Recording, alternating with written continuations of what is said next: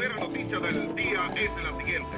Victorino Pérez festejó sus 18 años escapando de la cárcel esta madrugada. Se trata de un plan audaz en el que todos los presos colaboraron con él. Todas las fuerzas policiales de las ciudades se movilizan de manera espectacular para encontrar al fugitivo. Dos de sus compañeros menores de edad resultaron balaceados en la escapatoria.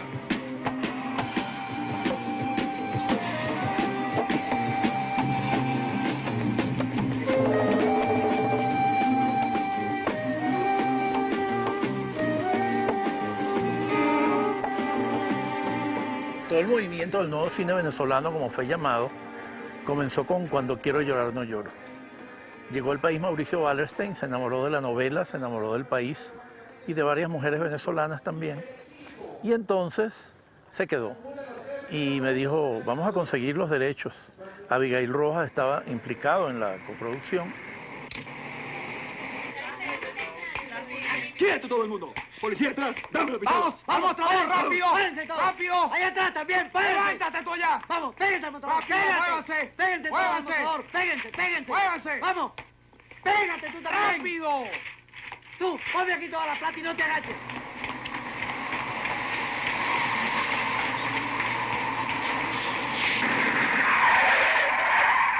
El planteamiento fue hacer una película que se hizo en coproducción con México, todavía había capital mexicano, que tuviera una salida comercial, ¿no? Fue distribuida por Pelimex en aquella época.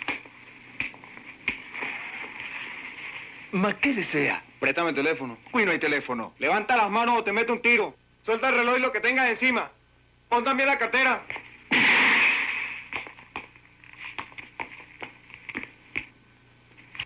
Si no me vas a pasar, te raspo. Cálmate, ¿sí? Cálmate. Te doy tus vainas. Te doy tus vainas.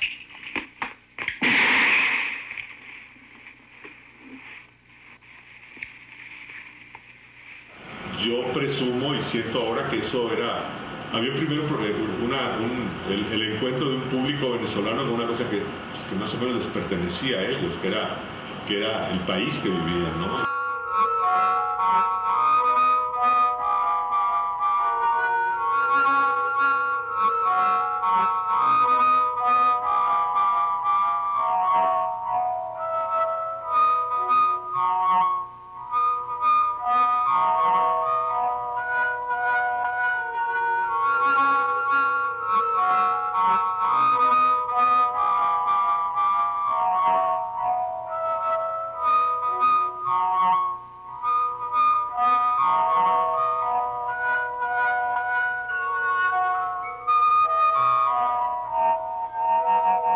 O sea, ¿por qué es el éxito de la película en Caracas? Por la promoción, porque Abigail me llevaba con Mauricio y nos parábamos a la puerta del Cine 1, de Cinema 1, en Chacaíto, en el sótano. Yo me paraba a la salida de la película con Mauricio y con Abigail.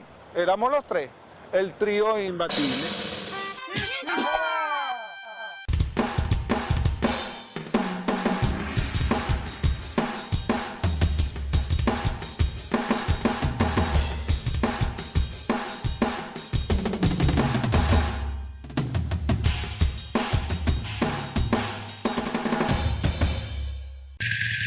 Señoras y señores, con un gran gusto seleccionamos a quien consideramos el mejor, el más popular, el más completo de los cantantes en el mundo del momento.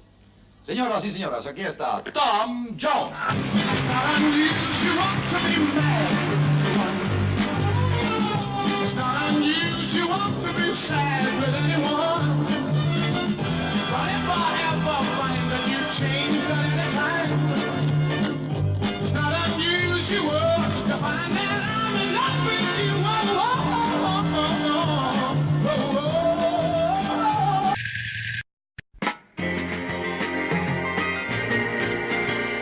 Cuando yo llego a Bolívar Film no tiene nada que ver con el largometraje, ni con el cine de ficción, ni con el cine como espectáculo, como entretenimiento. Bolívar Films es un laboratorio y una empresa que produce noticieros y una empresa que produce comerciales para otra gente.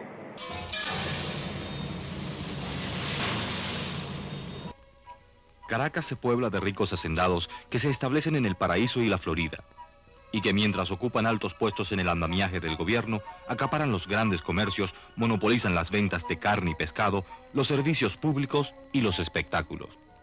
Juan Vicente Gómez es una película que surge de algo totalmente casual.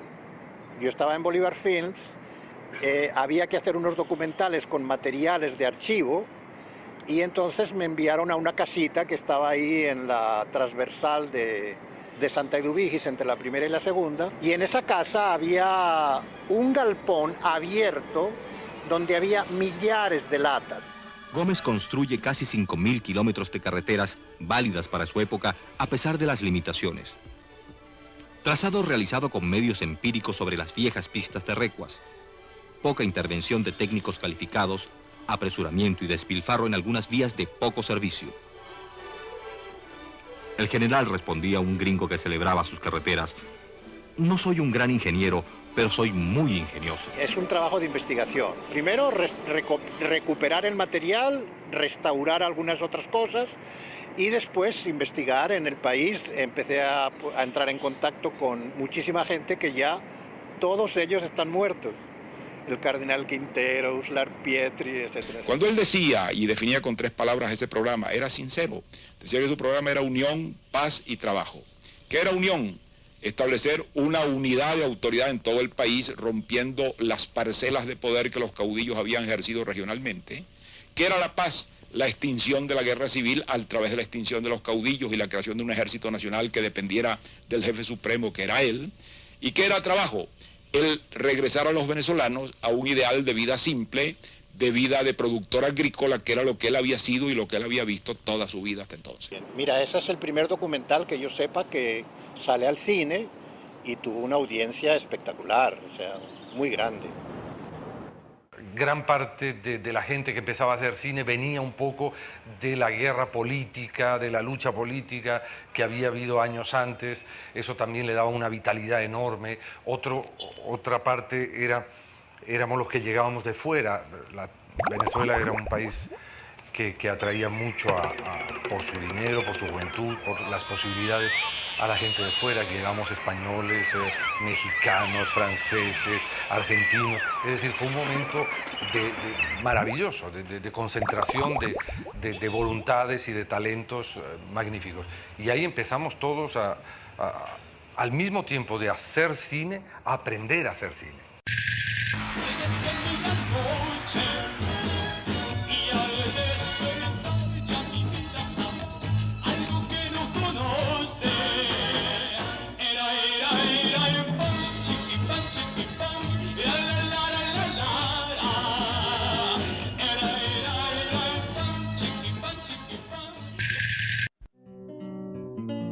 Venezuela no poseía para nada una infraestructura técnica, ni siquiera logística para el desarrollo de largometrajes.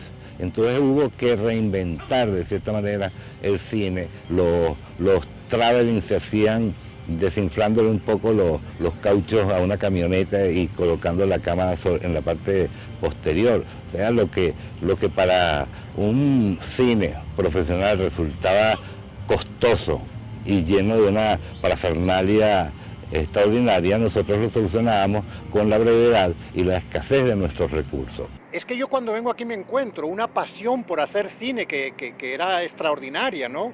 Muchísima gente que quería hacer cine, y ese cine era absolutamente outsider, o sea, ese cine no tenía nada que ver con la realidad de la televisión, ni con las películas que se pasaban. Y debo recordarte que las películas antes se hacían en 1, 2, 3 años, no 6 semanas, ni 8 semanas, ni había financiamiento. Uno tenía que entramparse con los laboratorios, porque siempre en los laboratorios, Bolívar Film, Tuna Film y Futuro Film, menos futuro que Luis Felipe, era clase aparte, era tan loco como nosotros. Pero ellos nos trataban como delincuentes, como gente que no tenía derecho a la vida.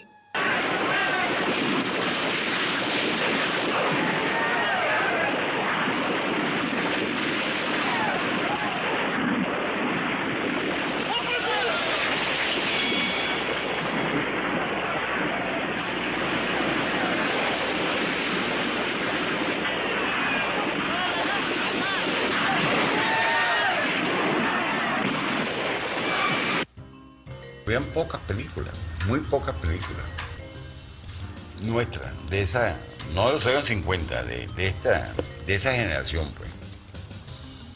Y después porque sabíamos que estábamos haciendo lo que de repente se produce John dos pasos en la literatura, o rompiendo un poco algunos esquemas, pues. Cuando nosotros sacamos las primeras normas para la industria cinematográfica, yo personalmente, tuve una experiencia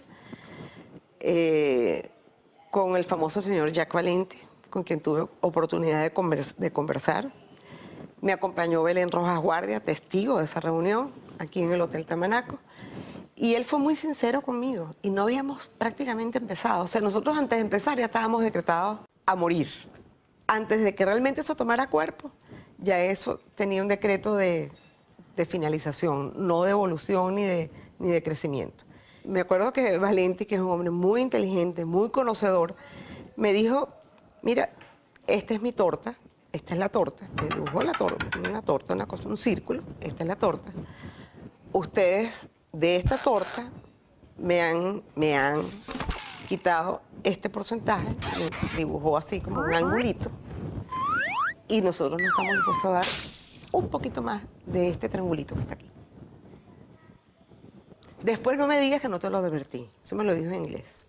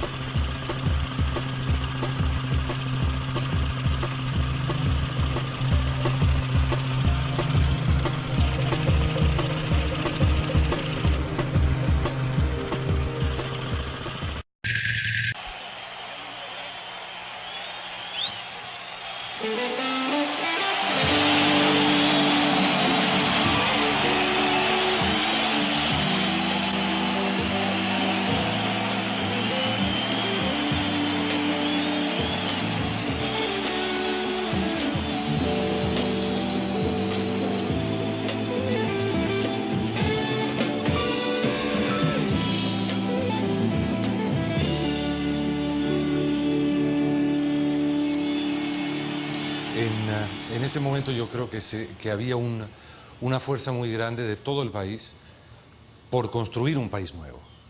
Había una emoción muy grande y había una sensación de que había la posibilidad, gracias probablemente al dinero petrolero o a la nacionalización del petróleo o yo qué sé, a la caída de la dictadura años antes, de construir un país nuevo.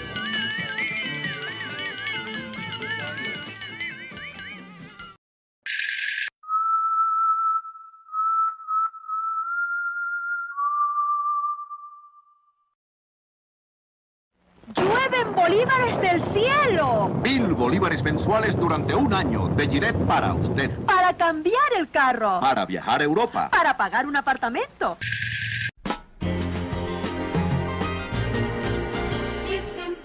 En esa época que nosotros sacamos todas estas películas, no existía ley de cine. No existía autoridad fuerte en materia de cine. Lo que pasa es que eso fue un movimiento que se fue tejiendo desde la oscuridad de una oficina de un ministerio. Nosotros desarrollamos todo un concepto, una estrategia para encajar y decir que nosotros éramos, que el cine era una pequeña y mediana industria. Por lo tanto, necesitaba también de una ayuda financiera. Esa fue también una lucha muy fuerte. En ceremonia llevada a efecto en el despacho del ministro de Fomento, se otorgaron créditos para la producción y realización de 10 proyectos de filmación de películas nacionales.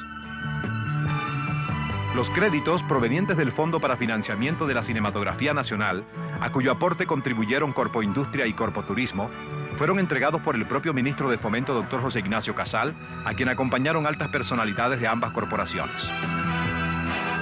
Nosotros dijimos, ok, el Estado nos está dando este pequeño fondo de 5 millones de bolívares. Yo en lo personal y mi equipo nos estamos comprometiendo que este 5 millones de bolívares va a ser rotatorio y que no necesitamos más para desarrollar el cine nacional. Que yo voy a producir, eso va a ser un círculo que me va a seguir entrando dinero. Dele 2 partes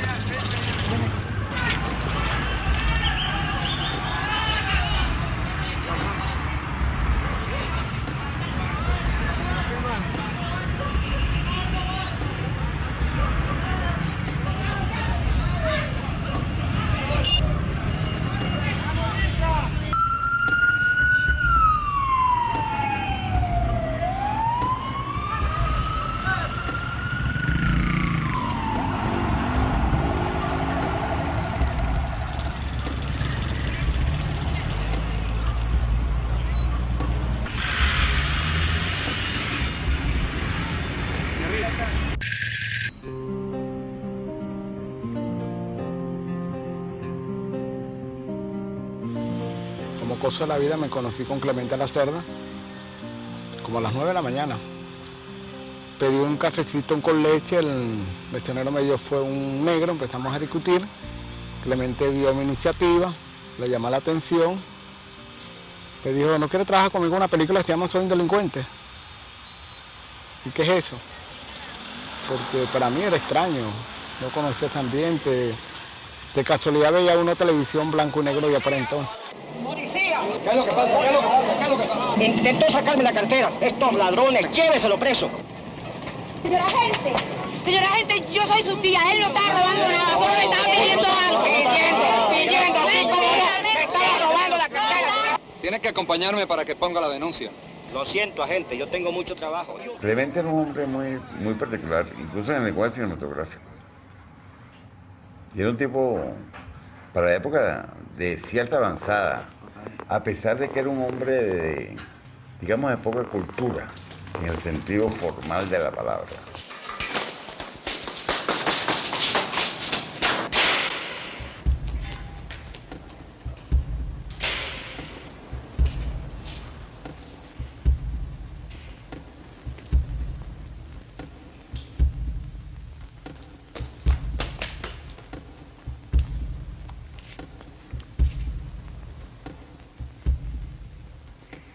Clemente era muy distintivo. Como buen indio era eso. Lo que le decía el sitio, la gente, eso.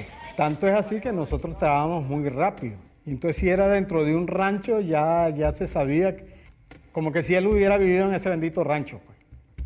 ¿Dónde se iba a poner la negra? ¿Dónde iba a estar el colchón? ¿Dónde iba a estar el cuadro? Yo conozco muchos policías que tienen familia. Sí. Ellos también son humanos. Humanos. Si fueran humanos buscaran otra clase de trabajo. Y no de dar patadas y rolazo y disparar a matar cuando uno corre. No te creo. ¿Acaso es un animal para que lo maten así? Fieras son ellos que viven del sufrimiento de los demás. No trabaja con sus realidades, son las realidades ¿Quieres comer, Ramón Antonio? Para mi Venezuela en ese momento era ¿Usted esa. cree, mamá, que los policías merecen respeto? Que uno va por ahí, por la vía política y por la vía delictual. Ese es el pantano que tú tienes en la mano, la arcilla, pues. Clemente comete un grave error, que es que hace la película desde la perspectiva subjetiva, no siempre, que también es una vulneración del tema, del delincuente. Y entonces no logramos ver en el conjunto, el delincuente termina siendo un héroe. Pero mamá, allá en el retén nos tratan como si fueran los perros. Y estando presa ya, yo no la puedo ayudar. Y usted necesita billete. ¿Hasta cuándo va a estar haciendo empanadas y ganar casi nada? Desde que tu padre se fue lo hago y no hemos pasado hambre. ¿No hemos pasado hambre? ¿Será que no nos hemos muerto de hambre? Los críticos a Clemente no lo podían ver. Ese hombre había atentado contra la paz y la tranquilidad del país. Ese hombre había roto todos los moldes establecidos del divertimento, de la alegría y del cine mismo. Por lo tanto, era un tipo execrable.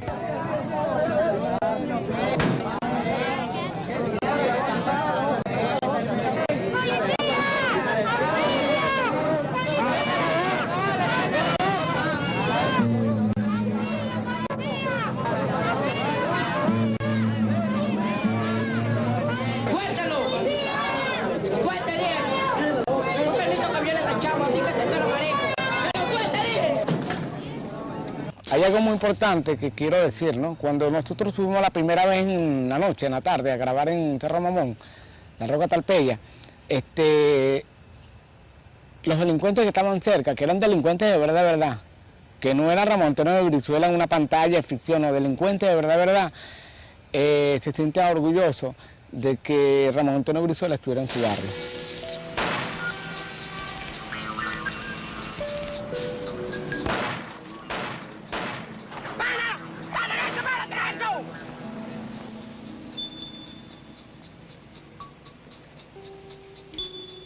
Sabíamos que iba a ser un impacto, pero no vimos la magnitud del éxito, digamos, el éxito taquillero, de la taquilla. Sabíamos que iba la película, que iba a hacer un cierto incordio, digamos, molestar. Pero, bueno, se dio pues.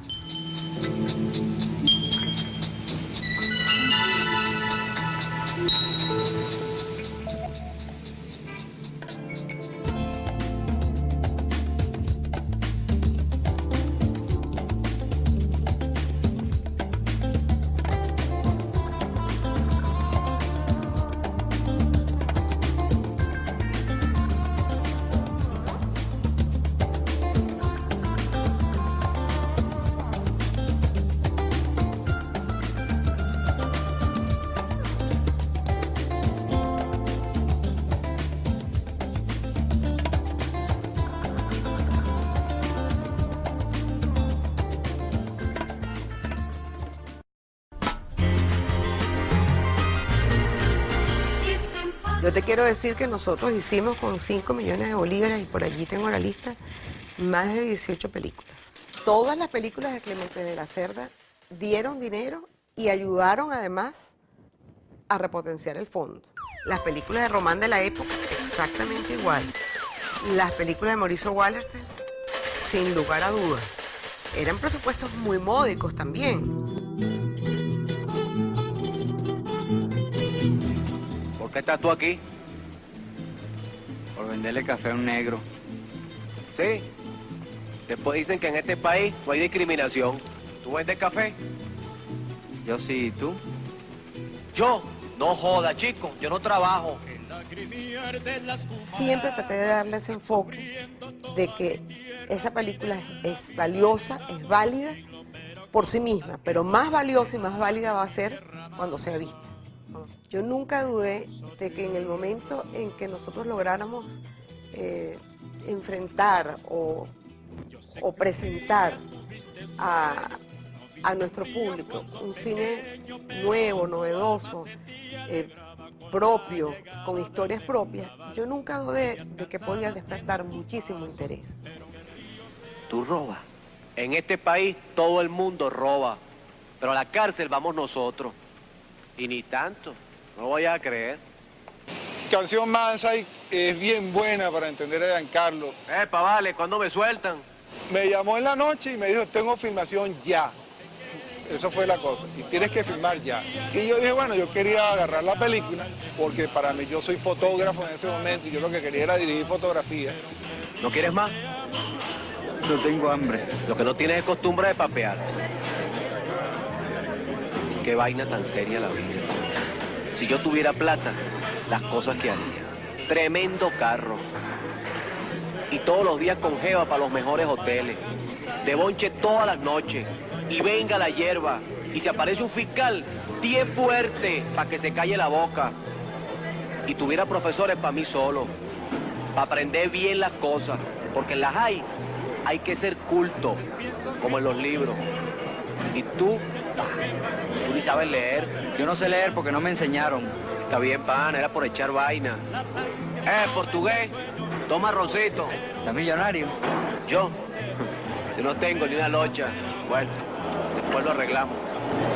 Mira, tú, espera, ¿dónde vas tú? Espera un momento, ¿dónde vas tú?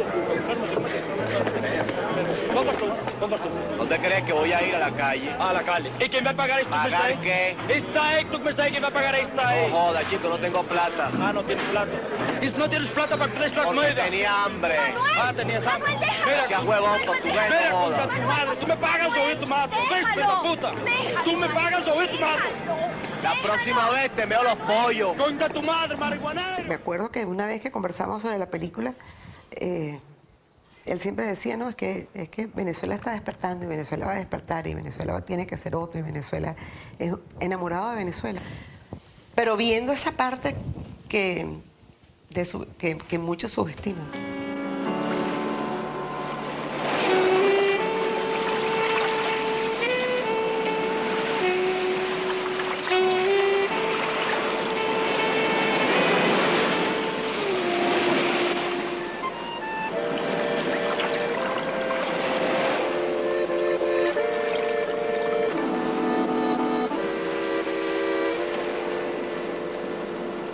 ¿Por qué no nos quedamos aquí para siempre?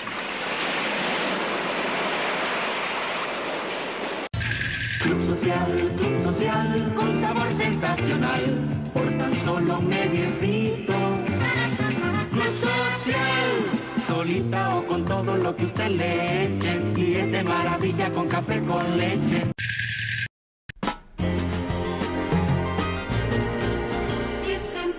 Todo el mundo dice de alguna forma, compañero Augusto es algo de lo que pudo ser o pudo haber vivido Enver. La historia del compañero Augusto tiene mucho, por supuesto, mucho de autobiográfico, porque toda obra siempre de alguna manera es autobiográfica. Mi primera experiencia guerrillera de montañas fue aquí en Mérida, en La Zulita, y de aquí de La Zulita nos fuimos a Oriente, con Alfredo Maneiro, que es donde se desarrolla, pues, digamos, la historia guerrillera de Augusto en esa montaña. En ese sentido sí hay autobiografía, pues cómo vivíamos, qué se discutía, por qué cosas luchábamos, qué pueblos tomábamos, qué hacíamos cuando tomábamos un pueblo, por ejemplo.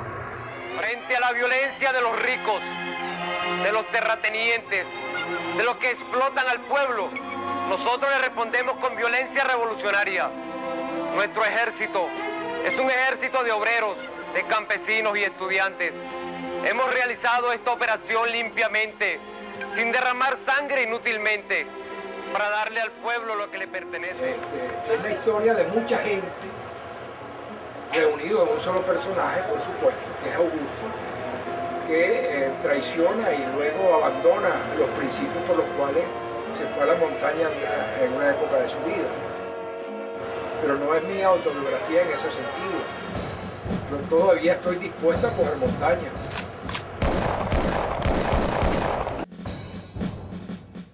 Rómpele al sol la cara,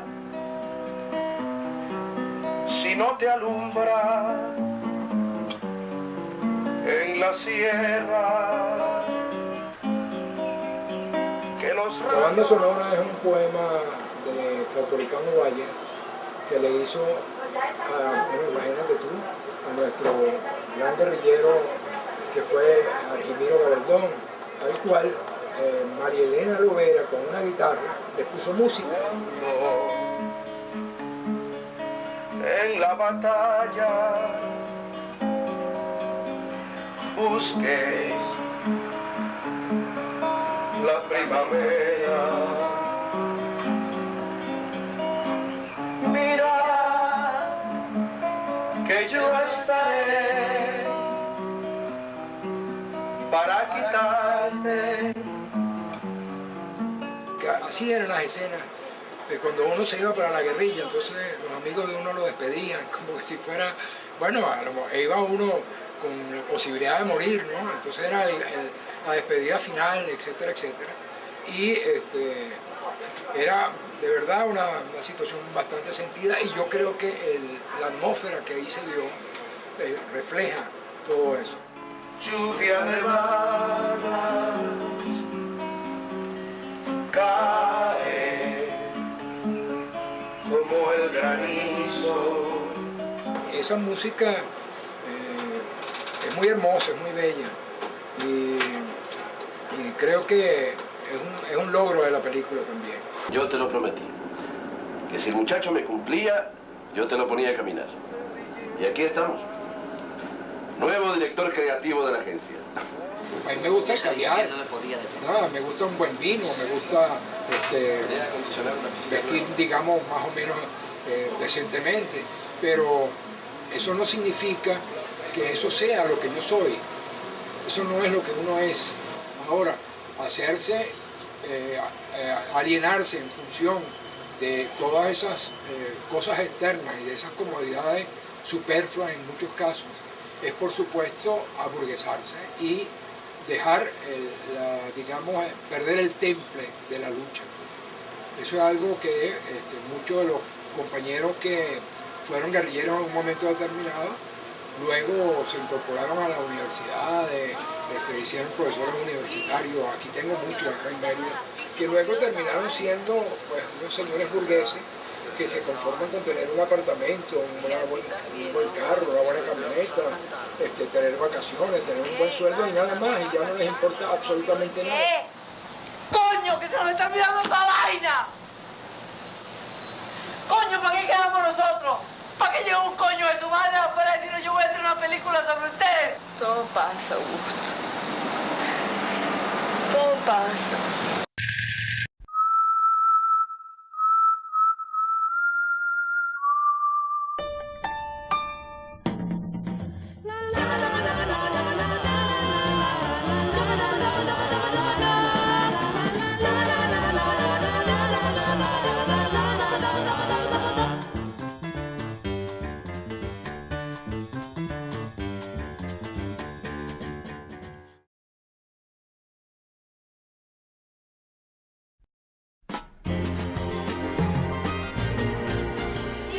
Venezuela es el primer país en el mundo de las batallas de las izquierdas mundiales donde se produce en la práctica este fenómeno de que la revolución no era un problema del poder, era un problema de la cultura. Teodoro Pekov escribe en 1968 una cosa que no ha ocurrido todavía, que es que la revolución no era un problema del Estado, que la revolución era un problema complejo y que afectaba al conjunto de la sociedad. O sea, tú no podías ser un revolucionario político y no serlo en la casa.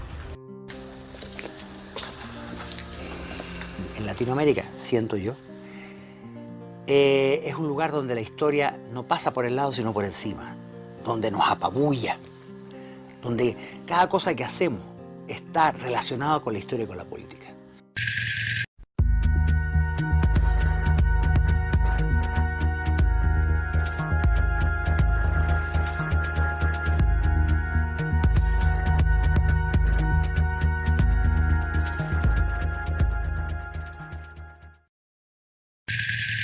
Le hice el guión con José Ignacio Cabruja a Mauricio Wallerstein. Crónico de un subversivo latinoamericano. Saigón, 8 de abril 1964.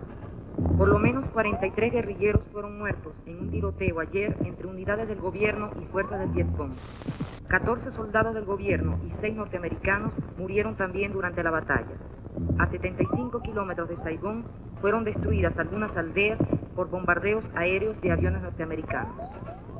Había una tendencia entre la gente que estaba cercana a las artes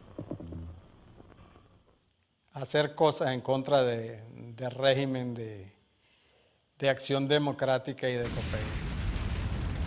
Y todas las películas, quiera que no, tendían a ser izquierdosas. Yo recuerdo que el secretario político del partido decía que el problema de la izquierda en Latinoamérica es que no hay líderes obreros. Casi todos vienen de la clase media. Yo entendí eso cuando el secretario lo dijo, porque yo vengo del campo. Y ahora me doy cuenta que vengo de allí. Mauricio, en Crónica de un subversivo, agarró y me dijo: te vas a casa de José Ignacio Cabruja y estudias con José Ignacio. Yo estudio en estadística. Yo soy un tipo estadístico, más promedio que el carajo. Lo primero que me dijo Cabruja, que la cuestión de actuar era una cuestión de vanidad, que lo más importante era la vanidad del actor. Y luego iba a las lecturas de guión, que sea Mauricio, le hacía unas lecturas de guión, y lo que trataba era de ubicarte en el contexto social, económico, político, la visión que tenía Mauricio de los procesos afectivos, emotivos. Llegamos a un cerro, después buscamos otro cerro. Mamá con las empanadas diciéndome: estudia, Pedro, que esa es la única forma de salir de abajo. ¿Cómo carajo iba a estudiar viviendo en esos cerros, donde si tú no eres el más arrecho no te respetan? Un día yo sentí una vaina muy grande por dentro. Tú eres un marginal. Te das cuenta de que eres un marginal. Te aprendes la palabrita marginal. Y eso es lo que tú eres, un marginal. Era muy interesante porque eran películas muy antisistema.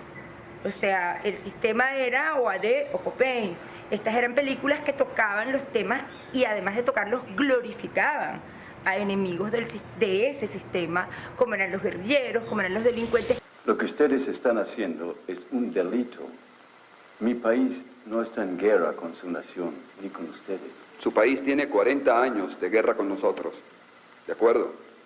No nos han invadido con marinos, no nos han bombardeado. Pero hay muchas formas de destruir un país, y usted lo sabe. Bueno, yo tuve muy poco tiempo en la montaña porque soy citadino. Yo dirigí la lucha armada en Caracas por una convicción ideológica de que había que cambiar esto, pues. Porque la democracia era una democracia absolutamente imperfecta, pues. Una democracia de grupos, de intereses económicos absolutos, pues. De cogollos de los partidos políticos absolutos, igual que el PRI mexicano, igual que los grandes partidos tradicionales socialdemócratas nuestros. He visto pocas películas en Latinoamérica, que esas están saliendo ahora más, que no estuvieran de alguna manera reflexionando de un modo u otro modo sobre el problema social. Y yo creo que era realmente una manera de reflejar la realidad que estábamos viviendo. Nosotros podemos expresarnos sobre los 70, pero ya veníamos de los años 60. Es decir, en los años 60 el mundo estaba muy convulsionado, estaba muy lleno de problemas en todas partes. Acuérdate del Mayo de París, etcétera, etcétera. ¡Salgan con las manos en la cabeza! ¡Salgan con las manos en la cabeza! Juan Carlos me dijo, Pedro, desde mañana todo lo que te queda de vida es gratis. Un regalo. Yo vivo así. Un día me matan. Pero ¿de qué otra manera se puede vivir? William Van Troy, de 19 años de edad, se presentó hoy ante el pelotón de fusilamiento y gritó antes de morir: ¡Viva Ho Chi Minh! Americanos, váyanse de Vietnam. Yo creo que una prueba máxima de un Estado democrático es ayudar al financiamiento de una película, aun cuando esté hablando mal de lo que ese Estado está haciendo. Digamos, ese sería el paradigma de una verdadera democracia, pues. O sea, yo te llamo a mi casa porque tú eres enemigo mío y me digas por qué eres mi enemigo. Yo voy a aprender mucho más de una colección de jalabolas que se presenten en mi casa y me diga que yo soy una maravilla y que yo todo lo que hago es maravilloso. Todo el cine latinoamericano siempre ha sido muy contestatario, muy crítico, lo cual es necesario y sano, porque sin crítica, sin que yo vea lo que anda mal en mí misma, ¿cómo lo voy a mejorar? Creo que el creador siempre debe estar del otro lado del poder, siempre debe estar viendo el poder y siempre debe estar viendo sus circunstancias y siendo testigo, pues. El propósito de un creador tiene que ser tratar de lograr un mundo mejor.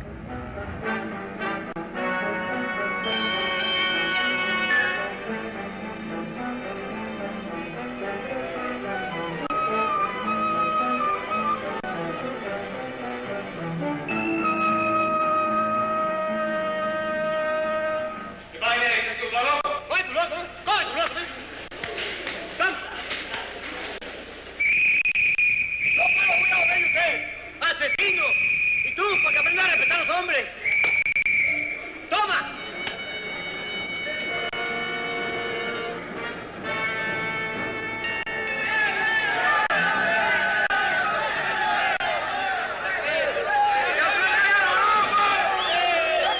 ¿Qué leí Oropo ni qué leí Oropo? Yo aquí soy un bolso igualito que ustedes.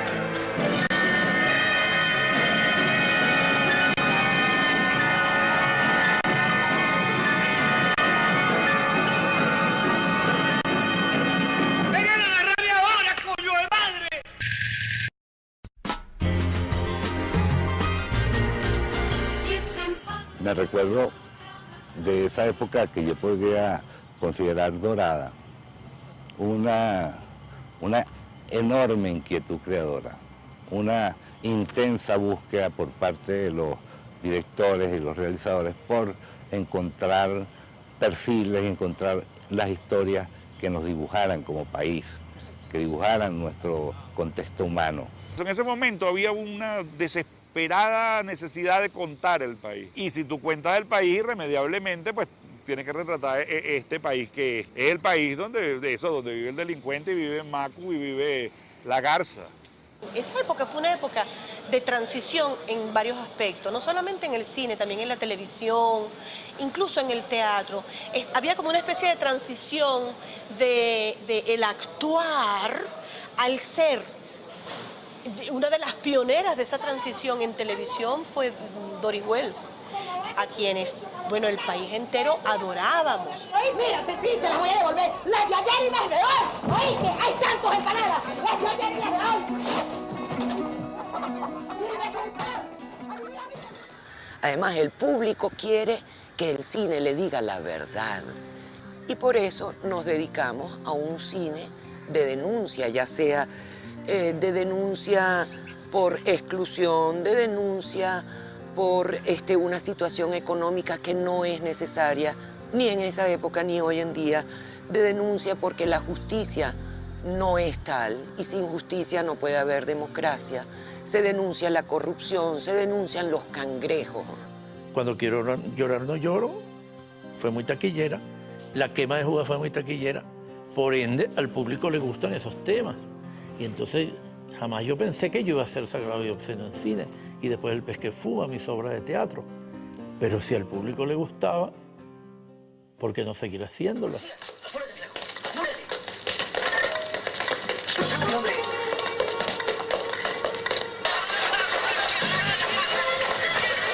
Si usted es sensible al destino de los hombres, si usted no tolera la injusticia, si usted cree que las ideas deben defenderse a riesgo de la propia vida, usted no puede dejar de ver, queridos compañeros.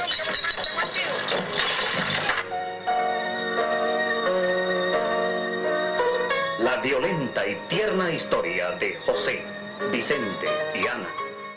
Queridos compañeros, me pasa una cosa curiosa. A mí me pasaba que yo era militante de un partido político que era el Partido Socialista y mi hermano era militante de un partido político que era el Movimiento de Izquierda Revolucionaria en Chile. Y lo que quise de alguna manera es tratar de entender el por qué gente de la clase media, como eran ellos, llegaban a tener una forma de combate político como el que planteó el movimiento de izquierda revolucionaria, vale decir, asaltar bancos, después repartir la plata en los barrios, hacer una serie de acciones que iban más allá de la legalidad. ¿Cuál era ese motivo? ¿Por qué razón el militante llegaba a exponer su vida por un ideal político?